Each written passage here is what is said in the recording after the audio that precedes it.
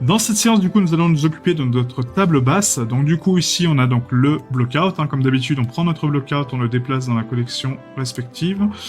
On va le renommer pour l'instant donc SM, donc Static Mesh table basse. Voilà. Et on va faire un slash pour l'isoler et la touche 1 pour le placer au niveau du centre. Juste, par contre, mon blockout, il est bien sur le sol? Non, pas du tout. Ouais, donc là, il faut vraiment le mettre sur le sol, hein, par contre. Hein. S'il est pas sur le sol, mettez-le sur le sol. Voilà, donc slash, et là, on est bon. Parfait. Donc Q, rotation taille, origine et géométrie. Et là, on va faire, du coup, un Shift S, curseur vers sélection. D'accord, donc ça, on se sauvegarde le curseur au centre de notre mèche pour plus tard, parce que là, on va beaucoup bosser avec les miroirs. Donc du coup, ça me permet d'avoir le centre parfait de ma table. Ok? Donc là, si on analyse un petit peu la référence, on a notre table basse avec des pieds assez longs et filiformes. La structure ici est la même taille que ça. On a des petits écarts ici, hein, donc sur les contours, et des petits ornements vraiment pas mal hein, dessus sur la structure. Donc pour faire ça, on va commencer par créer donc une loupe, CTRL R. On va snapper donc cette loupe là ici, et on va descendre donc de 0.15. Vu que ma table elle fait 40 cm, je vais laisser 25 cm pour les pieds. D'accord, vers le bas. Comme ça me donne des pieds un peu longs. On va sélectionner donc cette partie-là, donc en mode face, Shift Alt Clic et le socle. On va supprimer. Et là, on va fermer cette face à nouveau. Voilà. Donc là, comme ça, je garde cette hauteur pour la suite, pour les pieds. Maintenant, on va faire un Q, rotation taille, origine de la géométrie. Et on va commencer à construire nos plateaux. Donc là, on a des plateaux un petit peu ici. Donc là, je pense qu'on va mettre 3 cm d'écart, en sachant qu'on a 0.15. Donc si j'enlève 3 de chaque côté, ouais, on peut enlever 3 cm, peut-être 2, je sais pas. 0.03, on va regarder. Non, excusez-moi. Hop, GZ, 0.03, en négatif. Ouais, c'est un peu fatos quand même, je trouve. Bon, on va mettre 0.2, ouais. Donc GZ, hop, 0.02. Je pense 0.2 c'est pas mal. CTRL R snap aussi, donc GZ 0.02. Donc activez bien le snapping en fait, et là les origines en fait, hein, ici vous mettez en median point pour l'instant, et on active le snapping de vertex. C'est plus simple que le snapping de face. Le snapping de face est vraiment réservé pour snapper les surfaces dessus, mais c'est rare qu'on l'utilise pour autre chose quoi. Ensuite donc là on va faire un CTRL R ici, donc GX 0.02. Voilà, là aussi, CTRL R snap GY 0.02. Donc là on est en train de créer donc la structure hein, de notre table. GY 0.02. Donc toujours avec ma méthode, hein, donc la méthode des lignes de construction, qui est vraiment pas mal. Hein, voilà, j'ai eu de très bons retours par rapport à cette méthode, donc merci à vous. Et j'espère que vous vous éclatez bien à faire des meubles magnifiques. Donc maintenant qu'on a ça, on va séparer donc nos planches. Donc là, je prends donc tout le centre en mode sélection de face. Donc là, vous voyez en fait quand ma loupe s'arrête et que je fais un Shift Alt Clic, mais que ça s'arrête au plein milieu, c'est-à-dire que j'ai un problème de géométrie. Donc là, qu'est-ce que je fais? Bah, je nettoie. Donc dégénérer dissolve, merge by distance, delete loose. Donc là, il en trouve pas. Donc ça veut dire que j'ai un problème de géométrie qui n'est pas que Blender ne comprend pas. Donc on va essayer d'analyser ce qui se passe. Donc là, regardez un peu les loupes. Voilà. Et vous voyez en fait, donc là, c'est celle-là. Donc là, la ligne de coupe s'arrête ici, quoi. Donc ça, c'est pas normal. Donc on va prendre toute la loupe ici. On va faire un dissolve. Voilà.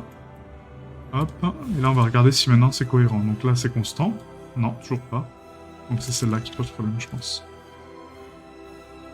Ouais. C'est celle-là qui pose des problèmes. Donc là, hop. Ouais, donc là, ce qu'on va faire, en fait, c'est qu'on va sélectionner tout. On va faire un limited dissolve. Voilà, et vous voyez en fait là cet edge elle reste. Donc là on va faire un delete edge. On reprend les points. Voilà, on refait un limited dissolve. Et là on reprend les arêtes et on fait un F. Voilà, donc je sais pas si vous allez avoir ce problème là, hein, mais bon. Si ça vous arrive, au moins vous savez comment le régler. Si les étapes de nettoyage ne marchent pas et que vous perdez votre constance de boucle, c'est qu'il y a un problème de géométrie. Donc là c'est certainement un CTRL R que j'ai fait en trop ou un CTRL F, on ne sait pas trop. Mais bon. Donc GY 0.02, voilà, on recommence, hein, CTRL R, snap, GZ 0.02. Voilà. Là aussi, hop, GZ 0.02, donc 2 cm, hein, toujours. Snap, GY 0.02. Là aussi, hop, GX 0.02. 0.02. Voilà, et là on est bon. Donc maintenant, comme je disais, donc on sélectionne en mode face donc le contour. Voilà, donc là il est constant, vous voyez, donc il n'y a pas de problème de géométrie. P séparé par sélection. Je reprends mes plateaux ici, slash, donc je les isole, slash encore une fois, et là je vais les fermer. Donc là on va les fermer par grid fill par contre. Donc Q, grid fill, pour garder donc les loops qu'on a créés. Voilà, et Q, grid fill. Voilà, comme ça on garde les loops qu'on a créés. Slash, maintenant, je retourne sur mon plateau, je prends mes deux plateaux ici, slash, et là on va afficher donc la géométrie toujours en mode objet. Donc là on passe en wireframe, comme ça je vois ma géométrie en mode objet, et je sélectionne ce plateau-là, Scale Shift Z, et je rentre un petit peu à l'intérieur. Donc là le but c'est de rentrer pas au niveau des loops, mais un petit peu au-delà, quoi. D'accord? Voilà, donc juste un petit peu en avancée, quoi. Sur X, vous voyez, vous scalez et vous arrivez à peu près à la bordure ici, donc vous dépassez un petit peu la bordure. Et sur Y, pareil, donc scale Y. Et là, on va s'arrêter donc à la bordure, on va dépasser un petit peu comme ça. Voilà, nickel. Donc Q, rotation de taille, origine de la géométrie. Là aussi. Q, rotation de taille, origine de la géométrie. Maintenant, on peut faire un limited dissolve sur les plateaux, parce que du coup, on les a nettoyés. Enfin, on les a utilisés, hein, donc c'est bon. Et là, on est pas mal. Ensuite, on va créer donc un petit décalage ici sur le plateau du dessus, hein, contrairement à celui du bas. Donc on va faire un CTRL GZ 0.005. Voilà. Ensuite, on va faire un scale, un Shift Z 0.95. Donc là, c'est beaucoup trop. On va mettre 0.99. Ouais, c'est encore trop. 0.995. Je pense que c'est pas mal. 0.995. On va regarder au niveau du décalage. Ouais, je pense que c'est pas mal. On va faire un G X. GY, pardon, je dis n'importe quoi. Et on snap donc là. Là, GX. Et on snap donc ici. Là aussi. GY, snap. Et ici, GX, snap. Voilà. Donc Q, rotation de taille, origine de la géométrie. Maintenant, donc l'origine sera un peu décalée, hein, c'est normal. Bevel. Et là, du coup, le bevel, on va le réduire grandement. Donc, on va le mettre à 0 hein, pour avoir donc, vraiment toutes les edges en bevel. Et on va mettre 2 segments. On va taper donc 0.02 divisé par 16. Voilà, pour avoir vraiment des edges fins. On désactive donc le wireframe en mode objet. Et là, on va appliquer donc l'autolissage, les normales pondérées, comme d'habitude. Et on est good. Voilà, donc moi j'ai envie de préciser un petit peu plus cette edge-là. Donc du coup, on va faire un CTRL B sur tout le contour. Et on va nous-mêmes faire un bevel dessus pour la marquer un peu plus. Voilà, donc très fin, hein, mais du coup qui permet de créer un petit peu de sharpness sur la structure. Voilà, donc là c'est pas mal. Ouais, c'est limite un peu trop en fait. Non, bah oubliez ce que je viens de dire. On va laisser comme ça, parce que j'ai besoin d'avoir des arrondis un peu plus propres au niveau de la table. On va laisser comme ça, c'est très bien. Ensuite, donc pour le plateau du bas, donc c'est ok. Donc cette partie-là, bah, on peut la cacher, hein, c'est bon. Et maintenant, on va s'occuper de la partie centrale. Donc là, c'est un peu plus complexe. Donc on va faire un limited dissolve. Voilà. On va faire un F pour fermer donc les surfaces. Et là, maintenant, on va créer donc des cubes de géométrie qui sont pareils que les pieds, et aussi donc de la géométrie suffisante pour faire nos décorations ici, d'accord? Donc les petits carrés, les petits renfoncements ici, les petits creusements, etc. Donc pour faire ça, on sait qu'on a une épaisseur ici, donc du coup de 0.11. Donc pour avoir un cube, bah, qu'est-ce qu'on fait? On décale de 0.11. Voilà, de la même façon que la structure, ok? Donc on fait une loupe 0.11, donc gx.11, voilà. Pareil sur le côté sur y, 0.11 en négatif, et pareil sur y en négatif. Voilà, nickel. Enfin en positif, pardon. Maintenant qu'on a nos cubes, on peut les séparer. Donc là, on va prendre donc, toute la structure de la table, ça et ça. On fait un P séparé par sélection. Je prends mes cubes, slash, slash. Et là, je vais les fermer. Donc, au lieu de fermer tous les cubes, on va faire un L, L, L. Je supprime mes cubes. J'en ferme qu'un seul. Vous voyez, mon point d'origine est toujours là. Et mon curseur au cas où, hein, si jamais j'en ai besoin. Si jamais j'ai déplacé mon point d'origine sans le vouloir. Donc, F et F. Maintenant, je fais un miroir. Touc, touc, touc, miroir, miroir, miroir. T'es où? Là. Donc, sur X et sur Y. Comme ça, j'ai les 4, vous voyez? Et là, maintenant, j'active donc un bevel. Donc là, on va mettre donc 0.11 à diviser par 16. Voilà, avec 2 segments. On active donc l'autolissage, les normales pondérées. Et on valide notre miroir pour valider les 4 cubes ensemble. Donc Q, rotation taille, origine de la géométrie, nickel. Maintenant pour ça, on peut voir qu'il y a une symétrie entre les parties. Donc là, on va commencer par fermer donc, la géométrie, donc F, hein, on ferme les coins. C'est pour ça que je vous dis, en fait, on va beaucoup travailler avec la symétrie et les miroirs, parce que là, c'est vraiment très symétrique et très identique. Donc là, si on analyse ma table, en fait, donc sur le devant, donc on a ici donc des ornements donc en espèce d'étoiles, hein, donc on en a 4 de chaque côté. Ensuite, on a donc sur le côté, on en a, je crois que c'est 2 ou 4, je sais plus, parce que là on a une part de table. Je crois que c'est 4 hein, sur le côté. Je suis pas sûr, mais je crois que c'est 4. Donc en fait, on en a 8 devant et 4 sur le côté. Logique, puisqu'on a normalement la même scale. On est à combien ici? On a 1.4 sur le plateau et 0.8, ouais, donc c'est ça. Ouais. On peut peut-être en avoir 3. Peut-être 3 ici. Ouais, peut-être 3, on verra. On verra en fonction du devant. Donc là, pour faire ça, on va séparer notre mèche en 4. Donc on va le couper en 4, comme ceci. Et on va supprimer la partie du haut. Donc on la sélectionne, on la supprime. Et on va supprimer aussi, donc ça aussi, hein, bien sûr. Et on va supprimer aussi le quart droit. Droit, gauche, peu importe. Hein. Là, je vous dis le droit, mais ça peut être le gauche, ça peut être celui que vous voulez. Le but, c'est de garder un quart complet. Et là, on va activer donc un miroir, donc sur X et sur Y. On active le clipping pour ne pas avoir de face interne et du coup souder donc la géométrie entre elles. Ok. Et maintenant, on peut travailler sur un seul quart du mesh et ça va se reporter sur les autres. Donc ça, c'est top. Donc pour faire ça maintenant, on va créer ici donc nos ornements. On va commencer par les petits cubes. Donc là, je pense que, vu qu'on a 0.11, si on a des cubes de 0.01, ça peut être sympa, de 1 cm. Même si ça me paraît beaucoup quand même. On va tester, hein, on va voir. Donc là, si je snap, donc on va faire un GZ 0.01. Voilà. Hop, GZ 0.01. Ok. Et donc là, ça fait qu'on divise par 8, normalement. Alors on va tester hein, pour voir si c'est la bonne scale, mais je... Ouais, si, c'est ça. Ok. Voilà, donc en gros, ça fait du coup 10 loops. Voilà, 10 loops de contour. Donc là, on a 10 loops sur la structure, donc ça nous permettra de faire nos petits carrés et nos croix. Et ensuite, on va aussi couper sur l'axe central, parce que sinon, bah, on peut pas faire nos loops. Donc là, on va diviser à peu près par... on va tester 45, je suis pas sûr non plus, on va voir. Non, c'est pas ça. Donc là, il faut vraiment qu'on ait la même scale. Hein. Du coup, je suis désolé, c'est chiant, mais... Donc GX 0.01. Ok. Là aussi, CTRL R, snap, GX 0.01. Allez.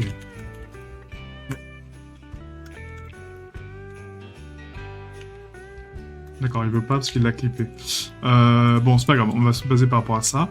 Donc là, le but, c'est, vous voyez, en fait, maintenant, on a une référence de scale. Hein, donc là, on va faire un CTRL R et on va essayer d'avoir exactement la même scale. Donc là, c'est un peu plus, je crois. Donc on a combien? 58. Donc on va mettre 59, je pense. Je pense que de toute façon, c'est un chiffre rond. Hein, c'est pas... Voilà, et là, qu'est-ce qu'on a? 009935. Ok, bon, pourquoi pas. Franchement, c'est pas non plus un gros drame. Hein. On a quelques millimètres d'écart. Je pense pas qu'on pourra faire mieux. On peut tester. Hein. Donc là, on avait 59. On va tester 58, peut-être. 58 loups. On va voir, hein, ça se trouve, c'est ça. Hein. 58. 0095, ok. Donc peut-être 57. On va taper directement 57. Hein. Voilà. Toujours pas. Ok. 56. On s'en rapproche. Hein. On s'en rapproche. Ok. Alors ça va être 55. Voilà, parfait. 55 loops. Ok. Donc 55 loops par 10. Voilà. Et là, du coup, ça va être un peu différent. Hein, parce que forcément, on n'a pas le même écart. Donc GY 0.01. Voilà. Et là, on va essayer, du coup... Donc là, ça peut être... on va tester 23. Non. Donc c'est un peu plus. 24. Ouais, 24. De toute façon, on n'aura pas... entre 23 et 24, je préfère avoir un petit peu plus que moins quoi. Voilà, donc 24, ok. Donc 24 par 55 et par 10, nickel. Donc là, on a toutes les lignes de construction pour nos mèches. Donc maintenant, ce qu'on va faire, c'est qu'on va prendre donc, toute la ligne du dessus, ici, hein, donc de là à là, hein. Donc pas le centre, hein, juste la ligne de structure ici, voilà. Celle-là aussi, donc on va enlever le edge length, hein. Celle-là aussi, voilà. Celle du bas. Celle-là aussi, hop.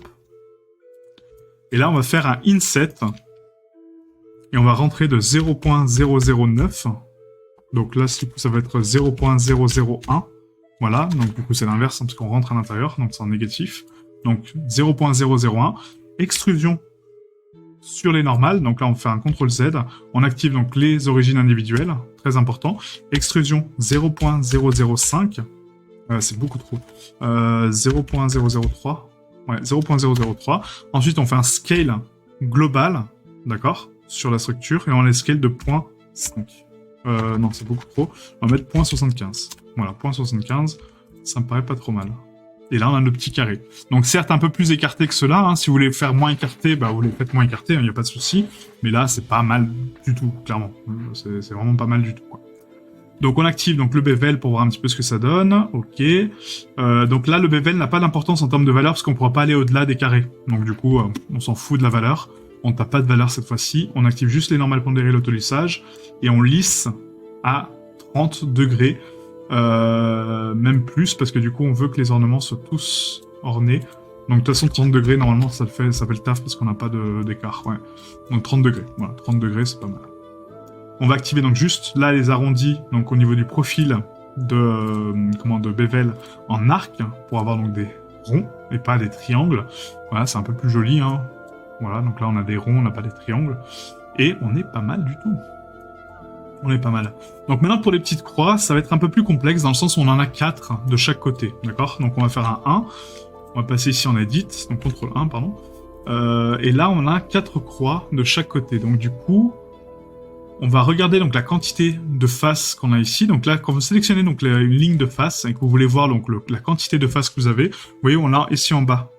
Donc si vous n'avez pas ce menu-là, vous faites un clic droit sur cette barre. Donc ici, hein, vous voyez la barre qui est ici, vous faites un clic droit et vous cochez scène statistique. Du coup, ça vous permet d'avoir donc du coup le poly count. Ici, vous voyez, donc on a 116 vertex sur 5000, 172 edge et 57 faces. Voilà. Donc 57 faces. Si on divise par 8, du coup, on aura un compte de cases pour nos structures. Donc là, ça fait par 8. Pourquoi? Parce que du coup, on a 4 fois les écarts, en fait. Hein. Donc 57 à diviser par 8, ça nous fait 7. Voilà, donc 7 cases à peu près. Donc 7 cases avec .12, voilà, on s'en fout. Donc 7 cases, du coup... Donc bah, on va écarter donc du centre, en sachant qu'on a 7 cases d'écart. Donc je vais tester, hein. On va tester, ne le faites pas pour l'instant, je fais des tests. Donc 1, 2, 3, 4, 5, 6, 7, ok. Et là on arrive au centre, donc du coup la ligne centrale elle est là, donc du coup ça me fait 2 cases ici. Et ce qui me laisse 3 de là et là, ouais donc ça va pas. Donc on va faire 3 loops. Là on va en faire 2. Là on va faire 3. Je sais pas si ça va marcher comme ça en vrai. 2, 3, 2, 3 et 2. Voilà. Est-ce que je pourrais en faire 4 comme ça? 1, 2, 3, 4, 5, 6, 7. 1, 2, 3, 4, 5, 6, 7. Donc là on va retester du coup. Donc 3. Ok. 2. 3. 2. 3, 2 et 3. Et 2. Voilà. Et ensuite, 1, 2, 3, 4, 5, 6, 7. Donc là, 3. Ouais, je suis pas sûr que ça tombe juste. Hein. Non, on n'en aura que 3. On n'en aura que 3.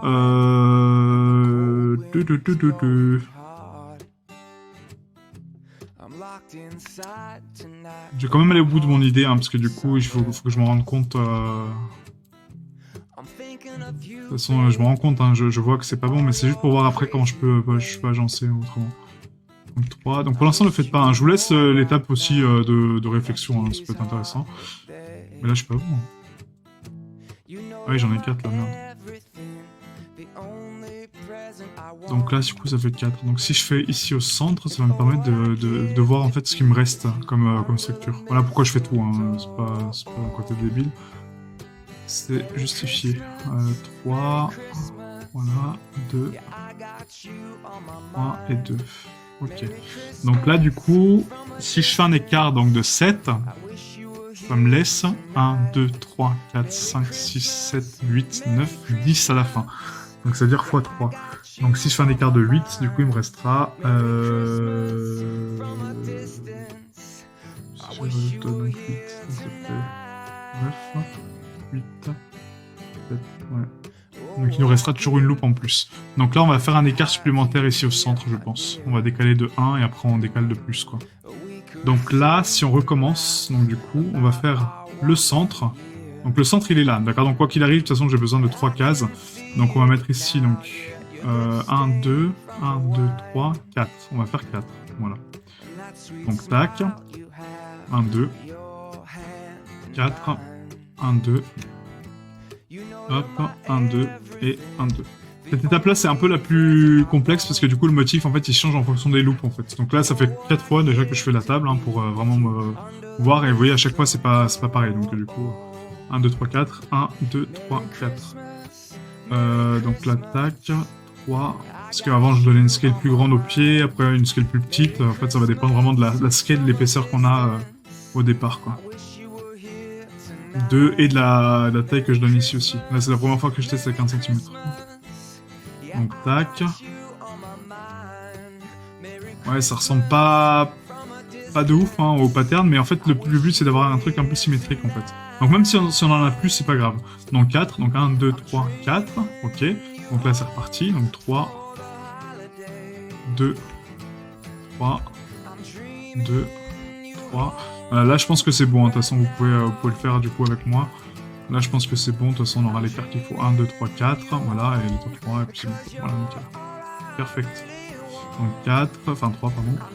2, vous voyez, ça nous reste donc 3 sur le côté. Avec la loupe de départ, donc c'est normal. 2. Et 3. Sans ça. On dirait que je fais du pixel art. 2, voilà. Et c'est pixel art que j'aimerais bien aussi faire avec vous, mais je sais pas si ça plairait à beaucoup de monde. N'hésitez pas à me dire en commentaire si ça vous plairait le pixel art sur la chaîne. C'est une autre forme du coup, c'est pas de la 3D, mais ça peut être sympatoche. Encore une fois, hein, ceux qui veulent accéder donc, à la formation complète sur Avant tout le monde, n'hésitez pas à la télécharger sur le site internet hein, directement. Donc là, on va laisser le même écart, donc 1, 2, 3, 4. Donc 1, non, là on est ça, donc ici, donc 1, 2, 3, voilà. Je sais pas, 4 là. Ici, 4. Apprendre à compter. Voilà, 1, 2, 1, 2, 3, 1, 2, non. 1, 2, 3, 1, 2, 1, 2, 3 et 1, 2. Voilà. Et ensuite, pareil, donc 1, 2, 3, 4. Donc là, je sais pas si j'en aurai suffisamment par contre. 1, 2, 1, 2, 3, 1, 2, 1, 2, 3. Ah si, par contre, on tombe en symétrie, donc ça, c'est pas bon. Ça, c'est pas bon du tout. Donc là, on va le décaler un petit peu, en fait, hein, le pattern, j'ai pas le choix. Parce que sinon, on tombe sur la symétrie et en fait, on aura un gros trou au centre, donc c'est pas logique, en fait. Donc là, on va le décaler, le pattern, de 2. On va faire 2. Et après, on repartira sur 4, effectivement, mais au départ, on va partir sur 2. Donc 1, 2, 3. 1, 2. 1, 2, 3. 1, 2. 1, 2, 3. Ah. Voilà. 1, 2, 3, 4. Et donc là, hop, hop, hop. 1, 2, 3, 1, 2. Et 1, 2. Voilà, nickel. Donc là, on sélectionne tout le centre. Donc on est toujours en origine individuelle, hein, regardez là-haut, hein, toujours en origine individuelle par rapport à notre sélection. Et là, on peut faire donc une extrusion totale, 0.01, voilà, en négatif, hein, bien sûr. Et voilà, on a nos creusements de table. Nickel. Donc pas identiques, hein, certes, à la référence, ils sont beaucoup plus fins normalement. J'aurais dû peut-être couper par 100, mais bon, après ça fait beaucoup de loops. Et le problème, c'est qu'en fait, les loops là, on peut pas les nettoyer, hein, de base. Là, on se dit, bon, bah ok, je peux enlever la géométrie que j'ai pas besoin, mais non, tout est utile, en fait.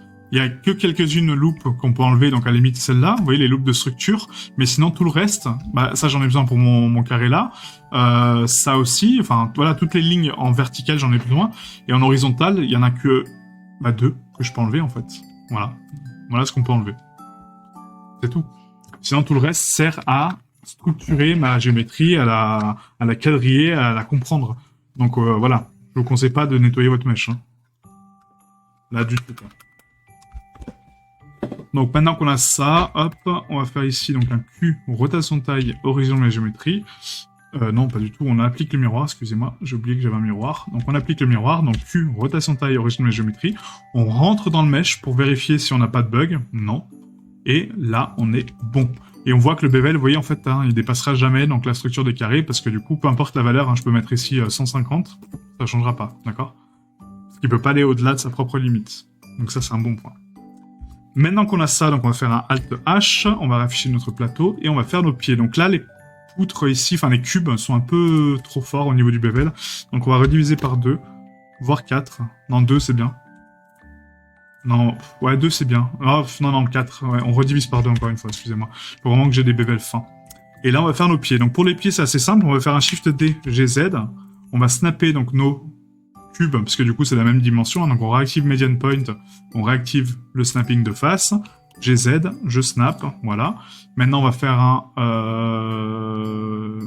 rien du tout, on va passer en edit, on va faire un L, on va supprimer nos cases ici, X, delete, on réactive un miroir, voilà. Et on va l'activer sur X et Y. Voilà, comme ça, on ne fait qu'un seul pied et on aura les 4 pieds de fait directement.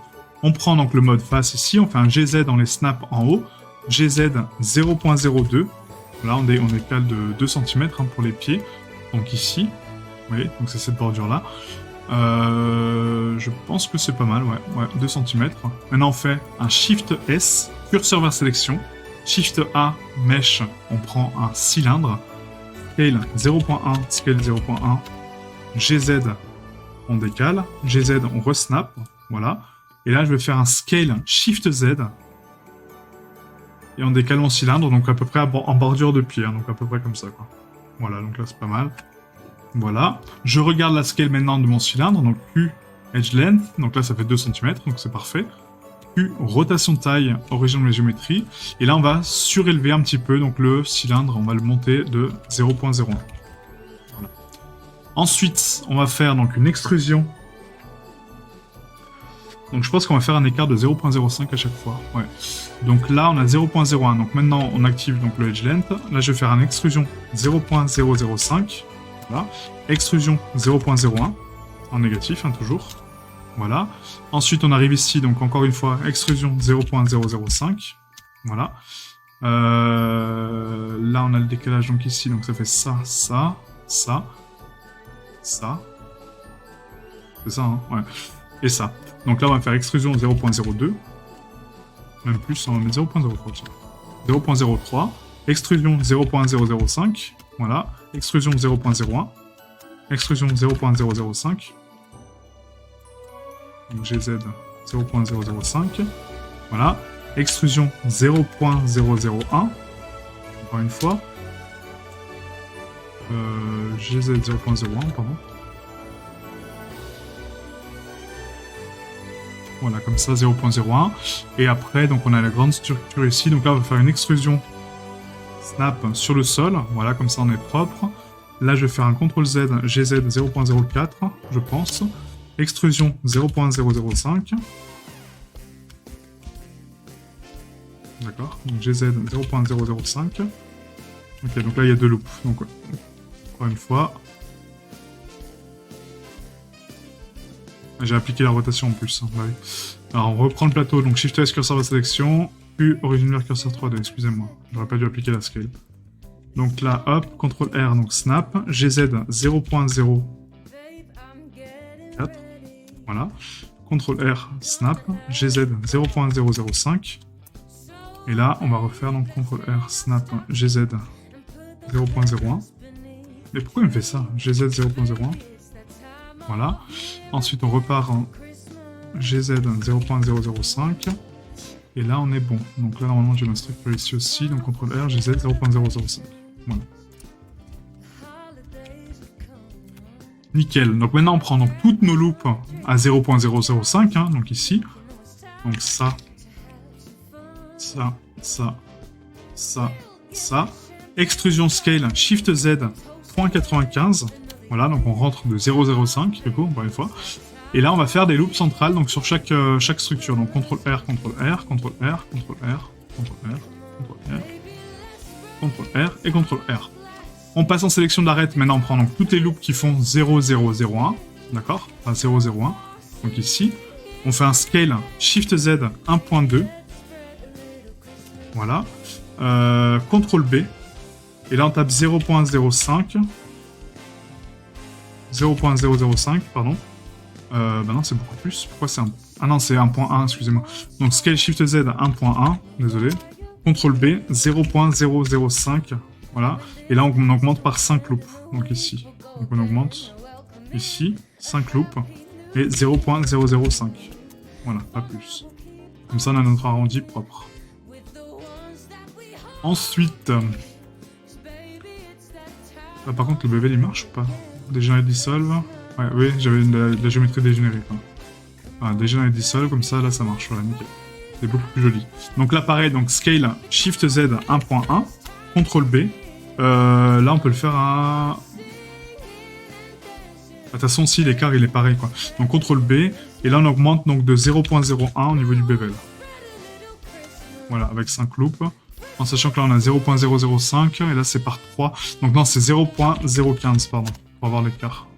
Bah non, parce que du coup ça donne la moitié. Donc c'est 0.012,5. Voilà, pour avoir donc l'écart propre. 0.012,5, parce qu'on a à 3. Ensuite ici, donc là, scale Shift Z 1.1.